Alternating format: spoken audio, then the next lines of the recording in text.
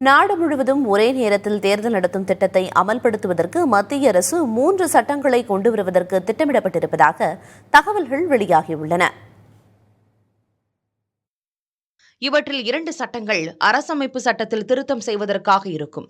முதலாவது சட்டம் மக்களவைத் தேர்தல் மற்றும் சட்டப்பேரவை தேர்தல்களை ஒன்றாக நடத்துவதற்கு அரசமைப்பு திருத்த சட்டமாக இருக்கும்.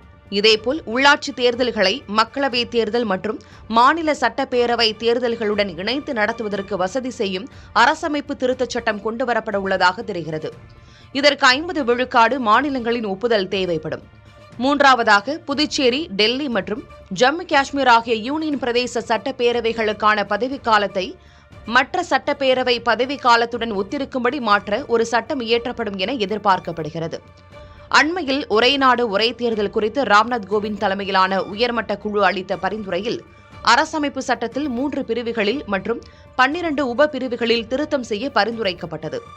அதேபோல் சட்டப்பேரவைகள் உள்ள யூனியன் பிரதேசங்கள் குறித்த சட்டங்களிலும் திருத்தம் செய்யவும் பரிந்துரைக்கப்பட்டது. கடந்த மார்ச் மாதம் அளித்த அறிக்கையில் ஒரே நாடு ஒரே தேர்தலை 2 கட்டமாக நடத்த பரிந்துரைக்கப்பட்டது. முதல் கட்டத்தில் மக்களவை மற்றும் சட்டப்பேரவை தேர்தல்களை நடத்த வேண்டும் என்றும் அதன் பின்னர் 100 நாட்களுக்குள் உள்ளாட்சி அமைப்புகளுக்கு தேர்தல் நடத்த வேண்டும் எனவும் பரிந்துரைக்கப்பட்டது.